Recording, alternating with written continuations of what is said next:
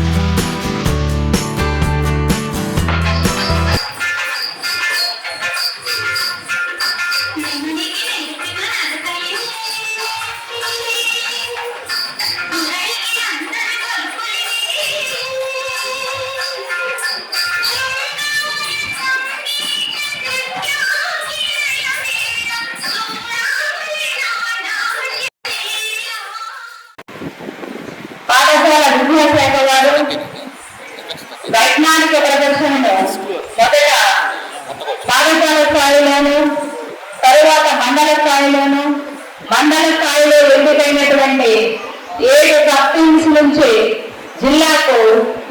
అయినటువంటి వారికి ఈ రోజు వైజ్ఞానిక ప్రదర్శన ఏర్పాటు చేయడం జరిగింది.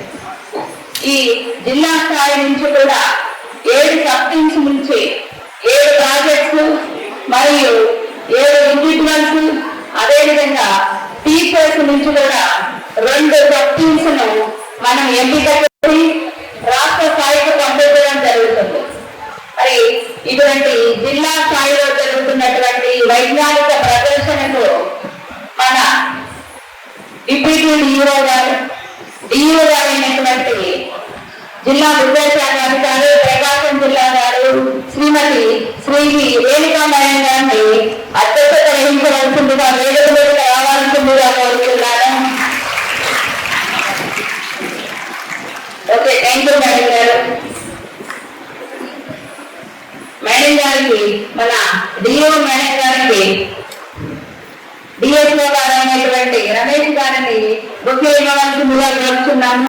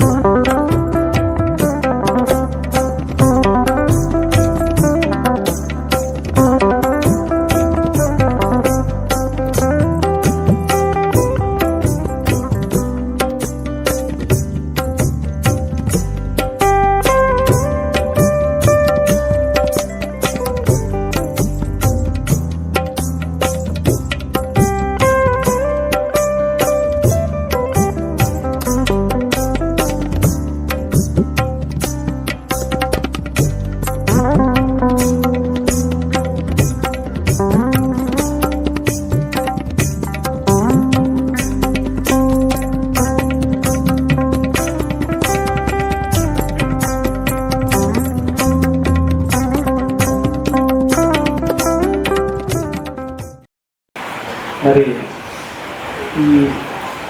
ఈ సైన్స్ ఫెయిర్ అనేది ప్రతి ఏటా మనము వివిధ రకాల ప్రోగ్రామ్స్లో జరుపుకుంటాము.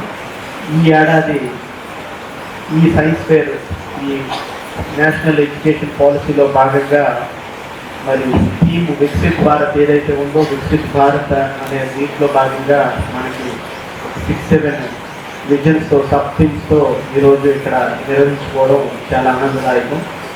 మరి ఆదిమ మానవుడు అంటే మానవుడు పుట్టిన నుంచి ఇప్పటి వరకు మనం చూస్తే కనుక ఒకానొక టైంలో ఒంటికి వస్త్రాలు, తినడానికి తిండి, ఒక జంతువులాగా ఉండి ఈరోజు ఈ అధునాతన ప్రపంచంకి ఇక్కడికి వచ్చామంటే దానికి కారణం ఈ సైన్స్. ఒకానొక టైంలో మనిషి యొక్క జీవన ప్రమాణం 35 ఏళ్ళు 36 ఏళ్ళు ఉంది. ఈరోజు సగటు మనిషి జీవన ప్రమాణం అంటే వారు జీవించే కాలం 75 నుంచి 80 కొన్ని దేశాల్లో, 90 కొన్ని దేశాలు, జపాన్ లాంటి దేశాల్లో 100 సంవత్సరాలు ఉంది అంటే దానికి కారణం కూడా శాస్త్ర సాంకేతిక పురోగతిలో మనం తీసుకువచ్చిన సమూలమైన మార్పులని చెప్పడం తప్పదు. మరి ఇందులో భాగంగా ఈ సాంకేతికతో వచ్చే లాభాలతో పాటు కొన్ని అనర్థాలను కూడా మనము తీసుకుంటూ వస్తున్నాం. అది నేడు మన కళ్ళకు కట్టినట్టు అనుభవిస్తున్నాం.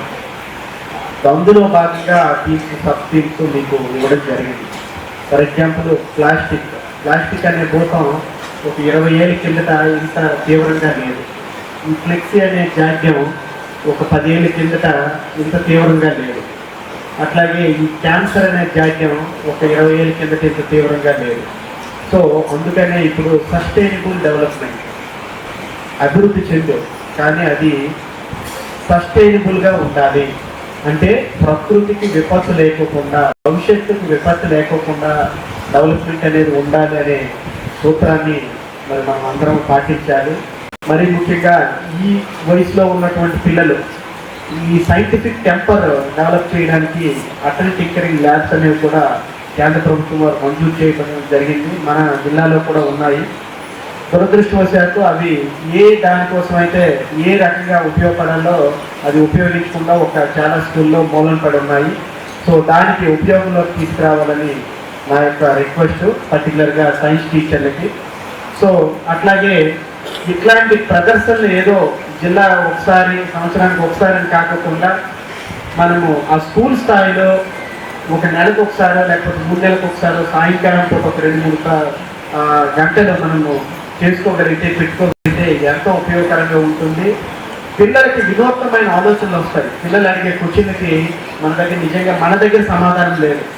నేను టీచర్గా ఉండేటప్పుడు ఒక అబ్బాయి అడిగాడు, ఏమి సార్ మరి భూమి చుట్టూ తిరుగుతుందని చెప్తున్నారు కదా, స్పీడ్గా తిరుగుతుందని చెప్తున్నారు కదా, మరి మనం ఎందుకు పడిపోవట్లేదు అని ఒక క్వశ్చన్ అడిగారు. రెండో క్వశ్చన్, భూమి గుండ్రంగా ఉందని చెప్తున్నారు కదా, మరి నాకు బల్లపొరుపుగా కనిపిస్తుంది, ఫ్లాట్గా కనిపిస్తుంది, నాకేం అర్థం కావట్లేదు, ఇది ఎట్లా సార్ అని అడిగారు. సో అట్లాంటి వాటికి ఒక సైన్స్ టీచర్గా మనము వాళ్ళకి అర్థమయ్యే భాషలో చెప్పాల్సిన బాధ్యత మన మీద ఉంది. అట్లాంటి అర్థం కాని భావాలకి, అర్థం కాని కాన్సెప్ట్కి ఇవి వేదికగా నిలవాలి. ఈ స్పీచ్లకే పరిమితం కాకుండా ఆ డిమాన్స్ట్రేషన్కి ఎక్కువ పరిమితం అవ్వాలి.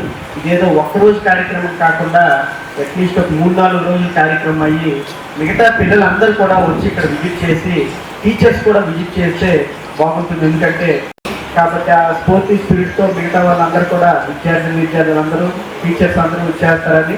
సో మన జిల్లా నుంచి రాష్ట్ర స్థాయి, అలాగే సదర్న్ ఇండియా స్థాయి, అట్లాగే నేషనల్ స్థాయి కూడా మన జిల్లా ప్రదర్శనలు వెళ్ళాలని, తప్పకుండా వెళ్తాయని నేను ఆశాభావంతో వ్యక్తం చేస్తూ మరోసారి మీ అందరికీ ఆల్ ద బెస్ట్, పిల్లలందరికీ, నా చిన్నారులందరికీ ఆల్ ద బెస్ట్ చెప్తూ ఒక మంచి వ్యక్తిగా ఉండాలని, మిగతావన్నీ వదిలేస్తే ముందు మనం పౌరులము, మంచి పౌరుడిగా సమాజంలో ఒక మంచి వ్యక్తిగా మీరందరూ ఉండాలని, ఆ రకమైన నైతిక విద్య కూడా మీ అందరికీ టీచర్స్ బోధిస్తున్నారని భావిస్తూ ఈరోజు ఇంత గొప్పటి అవకాశం ఇచ్చినటువంటి మీ అందరికీ నేను పేరున నమస్కారాలు, ధన్యవాదాలు తెలియజేసుకుంటూ, మరీ ముఖ్యంగా ఈ ప్రాంగణాన్ని ఇచ్చిన మా ప్రిన్సిపల్ మేడం గారు, సాయిబాబా ప్రిన్సిపల్ మేడం గారు ప్రత్యేకమైన కృతజ్ఞతలు తెలియజేసుకుంటూ ఇక్కడితో నేను ముగిస్తున్నాను. జై హింద్. ముఖ్యంగా sustainable agriculture, waste management and alternatives to plastics అనేది మనకందరికీ చూస్తున్నాం, చాలా పర్యావరణానికి ఒక సవాల్ ఎదుర్కొంది. సో దానికి ప్రత్యామ్నాయాలుగా ఉండమన్నది కూడా వన్ ఆఫ్ ది మెయిన్ థీమ్స్గా ఈసారి ఇవ్వడం జరిగింది. అలాగే green energy, emerging technologies, recreational mathematical modelling, health and hygiene, waste water management, water conservation and management. So ఇటువంటి థీమ్స్ నుంచి మనకి పిల్లలు ప్రాజెక్ట్స్ అవి చేసుకుని వచ్చారు. ముఖ్యంగా ఈ సైన్స్ ఫెయిర్ మనకి పాఠశాల స్థాయిలో జరిగింది, అలాగే మండల స్థాయిలో కూడా జరిగి ఈరోజు మనం జిల్లా స్థాయి జరుపుకుంటున్నాం. ఈ జిల్లా స్థాయిలో కూడా ప్రతి మండలాల నుంచి వచ్చిన విజేతలందరూ కూడా ఇక్కడ పాల్గొంటున్నారు. మనకి న్యాయ నిర్ణేతలుగా కూడా ఎమినెంట్ కాలేజెస్ నుంచి కూడా వాళ్ళ జ్యూరీ మెంబర్స్ని కూడా పిలిచిన్నాం. మన ఆహ్వానం మేరకు వాళ్ళందరూ కూడా ఇవాల్యుయేషన్ స్టార్ట్ చేయడానికి సిద్ధంగా ఉన్నారు. సో వీటి నుంచి మనము స్టేట్ లెవెల్కి 11 ప్రాజెక్ట్స్ని ఎంపిక చేస్తాం. ముఖ్యంగా 13 చొప్పున ఒక బెస్ట్ ప్రాజెక్ట్ని 7 సబ్జెక్ట్స్కి 7 అలాగే స్టూడెంట్ ఇండివిజువల్ ప్రాజెక్ట్స్ని ఒక 2, టీచర్ ప్రాజెక్ట్స్ని కూడా టీచర్స్ కూడా ఇక్కడ ప్రదర్శించుకోవడానికి ఒక చక్కటి ప్లాట్ఫామ్ ఇది. సో వారికి సంబంధించిన బెస్ట్ 2 ప్రాజెక్ట్స్ని కూడా స్టేట్ లెవెల్కి పంపడం జరుగుతుంది. సో ఇది ముఖ్యంగా సైన్స్ ఫెయిర్ అనేది చాలా చిన్నపిల్లలకి అందరికీ కూడా సైంటిఫిక్ టెంపర్ని ఇంక్రీజ్ చేయడానికి ఒక మంచి వేదికగా ఉపయోగపడుతుంది. మనం అందరం చూస్తున్నాం సైన్స్ అండ్ టెక్నాలజీలో ఎన్నెన్ని మార్పులు చోటు చేసుకుంటున్నాయి. ముఖ్యంగా ఇన్ఫర్మేషన్ కమ్యూనికేషన్ టెక్నాలజీ కూడా చాలా విప్లవాత్మకమైన మార్పులు చోటు చేసుకుంటాయి. మన లైఫ్ అంతా కూడా చాలా సులభతరం అయిందంటే కూడా ఈ నిరంతరం జరుగుతున్న పరిశోధనలే, కొత్త ఆవిష్కరణలే. సో చిన్నారి యొక్క మైండ్స్లో వినూత్నమైన ఆలోచనలు రావాలి, వాడి పరిశోధన రంగం వైపు అడుగు పెట్టాలి. అంటే మనకి సమాజం మంచిగా మనుగడ సాధించాలంటే ప్రతి ఒక్కరు కూడా ఇంపార్టెంటే. ముఖ్యంగా శాస్త్రవేత్తలు కూడా ఎంతో ఇంపార్టెంట్. ప్రజెంట్ తల్లిదండ్రులు ముఖ్యంగా ప్రతి ఒక్కరికి కూడా ఐఐటీలు సాధించాలి, కేవలం డాక్టర్ అవ్వాలి, అలా లిమిటెడ్ ఐఏఎస్ ఆఫీసర్లు అంటారు. సైంటిస్ట్ వైపు కూడా మన తల్లిదండ్రులు ప్రోత్సహించాల్సిన అవసరం ఉంది. సో ముఖ్యంగా మెడికల్ రంగంలో చూస్తే కూడా గతంలో కన్నా ఇప్పుడు ఎన్నెన్నో వ్యాక్సిన్స్ రూపొందించడం కానీ ఎన్నెన్నో సర్జరీస్ జరుగుతున్నాయి. సో ఇటువంటివన్నీ రావడం వల్ల మనిషి యొక్క ఆయువు కూడా చాలా పెరిగింది. గతంలో ఉన్న లాంగివిటీ కన్నా ఇప్పుడు మనిషి కూడా ఎంతో కాలం జీవిస్తున్నాడు. ఎన్ని కొత్త ఆవిష్కరణలు ఇప్పటికీ నిరంతరం చోటు చేసుకుంటే ఉన్నాయి. అలాగే ఇన్ఫర్మేషన్ కమ్యూనికేషన్ టెక్నాలజీలో మన భారతదేశం ప్రపంచాన్ని సాధిస్తోంది. సో అలా ప్రతి సైన్స్లో కానీ టెక్నాలజీలో కానీ ఇంజనీరింగ్లో కానీ మెడిసిన్లో కానీ ప్రతి చోట ఈ పరిశోధనలు కూడా ఎంతో ఉపయోగపడతాయి. చిన్నారులకి చిన్నప్పటి నుంచే వాటిలో వాళ్ళ దాగి ఉన్న సృజనాత్మకతకి సైంటిఫిక్ టెంపర్కి దీన్ని చేతునిచ్చే విధంగా ఈ సైన్స్ ఫెయిర్స్ అనేవి నిర్వహించుకుంటాం. ముఖ్యంగా వాళ్ళు చక్కటి కమ్యూనికేషన్ స్కిల్స్ కూడా ఇది ఎంతో దోహదపడుతుంది. ప్రస్తుత కాలంలో చాలా మంది విద్యార్థులకి సైన్స్ మీదను సైంటిస్ట్ కావాలనే కోరిక కూడా ఈ మధ్య కాలంలోనే బాగా పెరిగిందని చెప్పడంలో ఎలాంటి అతిశయోక్తి లేదు. ఎందుకంటే ఇప్పుడు నేను చాలా మంది చూశాను, ఒక ఫ్లైట్ ఎగరాలన్నా ఒక ఇంజనీరు ఎలాగైతే అవసరం అవుతాడో, మరి అదే ఒక రాకెట్ పైకి పోవాలంటే ఆ ఇంజనీర్తో పాటు సైంటిస్ట్ కూడా అంతే అవసరం. కాబట్టి ఇలాగ మనకు అన్ని రంగాల్లో కూడా మరి సైన్స్ అభివృద్ధి చెందుతున్నాం. సైన్స్ ద్వారా మన భారతదేశం ఇతర దేశాలు అభివృద్ధి చెందుతున్నాయి. అంతేకాకుండా పిల్లలు కూడా ఇప్పుడు సైన్స్ ఫెయిర్ అంటే ఎగ్జిబిషన్ పెట్టేటప్పుడు రకరకాల ప్రోగ్రామ్ మనకి చూపిస్తూ ఉంటారు. అందులో వాళ్ళు ఎక్స్ప్లెయిన్ చేసే విధానంలో ఎలాగైనా సరే నేను ఎంత కష్టపడ్డాను, అందులో ఉండే కష్టమైంది వాళ్ళ యొక్క మనకి ఎక్స్ప్లెయిన్ చేసే విధానం కూడా చాలా ముఖ్యంగా ఉంటుంది. ఇప్పుడు ఈ రోజున ఈ సైన్స్ ఫెయిర్ అంటే ఎగ్జిబిషన్ అంతా మన గవర్నమెంట్ స్కూల్స్లోనే వాళ్ళని ఎంకరేజ్ చేయడం జరుగుతుంది. ఎందుకంటే గవర్నమెంట్ స్కూల్స్ అంటే ఒక అపోహ ఉండింది గతంలో కొంతకాలం వరకు.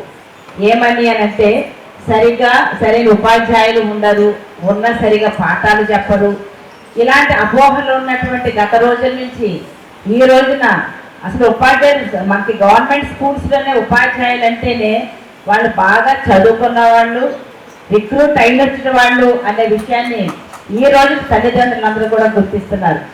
నిజానికి ప్రైవేట్ స్కూల్స్లో వాళ్ళకి ఎడ్యుకేషన్ మీద ఓన్లీ బట్టి పట్టడంలోనే ఉంటుంది, కానీ మన గవర్నమెంట్ స్కూల్స్లో అన్ని రకాలుగా అటు గేమ్స్ కానీ, స్పోర్ట్స్ కానీ, ఇటు సైన్స్ కానీ, అటు మోరల్ కానీ అన్ని రంగాల్లో కూడా పిల్లల్ని మానసికంగాను శారీరకంగాను అన్ని రకాలుగాను ఎదుగుదల కోసము ప్రభుత్వాలు ఎన్నో రకాల పథకాలని చేపట్టడం జరిగింది. అందులో ముఖ్యంగా బడిలో ఉండే పిల్లలందరూ కూడా స్కూల్కి రావాలి, వాళ్ళు బాగా చదువుకోవాలి, మరి తనకి భవిష్యత్తు కాలంలో గొప్పవాళ్ళు కావాలన్నదే ఈనాటి ప్రభుత్వం యొక్క లక్ష్యం.